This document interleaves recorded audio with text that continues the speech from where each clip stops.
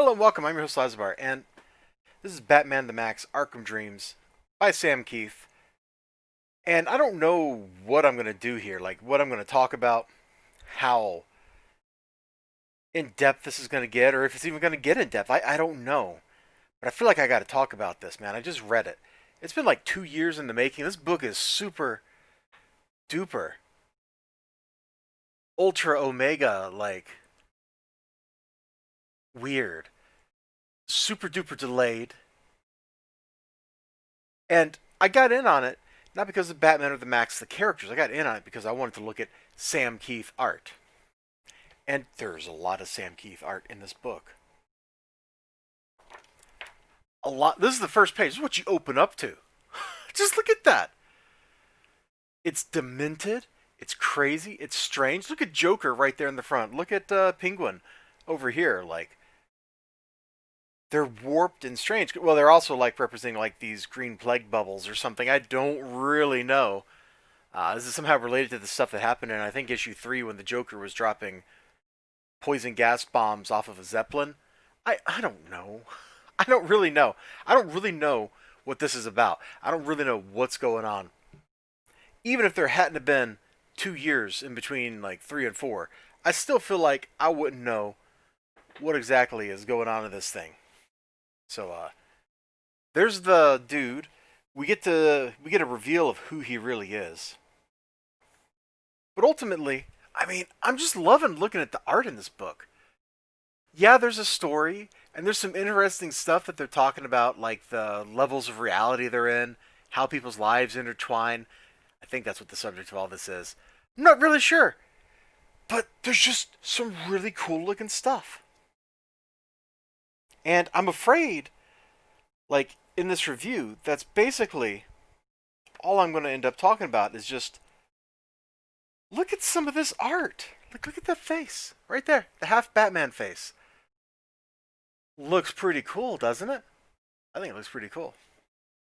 It's been a weird journey getting here. I'm going to flip back to that front page because I feel like this is super iconically good looking. Like, out of everything in the book, I think this is the single best page, which it's appropriate that this is the first thing you see when you open it up. Now, I'm not entirely sure why the book took so long to make. I don't know. I've heard Sam Keith is like a super perfectionist, and he just took as long as he wanted to make it. Maybe that's true, maybe that's not true. I'm not privy to it. What I do know is I've kind of enjoyed each and every issue. And after such a long hiatus, I am utterly lost with what's going on. But then I think back to like issue 3, and I feel like I was just left with a whole bunch of questions at the end of issue 3 anyway. So I was already sort of lost. You know what I'm saying? It's not helped by the fact that I haven't really been into anything the Maxx related since like watching a couple episodes of the show on MTV and vaguely remembering some comic books from the 90s that were crazy that I don't remember because I don't trust my memory from 30 years ago. You know what I'm saying? And it feels, and I probably have read something Maxx related since then, but right now, don't ask me. I don't know. It's been a weird year. This is a weird book. And I'm not really going to tie it into that, but the book has hope. The book absolutely has hope. All this stuff is going on. Batman the Maxx, everything looks bad, and here they are still struggling to make the right thing happen, to bring things back together, to set the universe back to rights. Even in a crazy universe, they don't know what's going on. They don't know that what they're doing is the right thing to do, but they're still out there doing it, trying to foil the plans of what was the guy's name? Desane? Something like that. I'm looking. Well, whatever the bad guy's name was. I guess it doesn't really matter that much. Oh, Desparu. That's what it was. Desparu, not Desane. I think Desane is like... Isn't he like a new god, or am I thinking of Desaad? I don't know.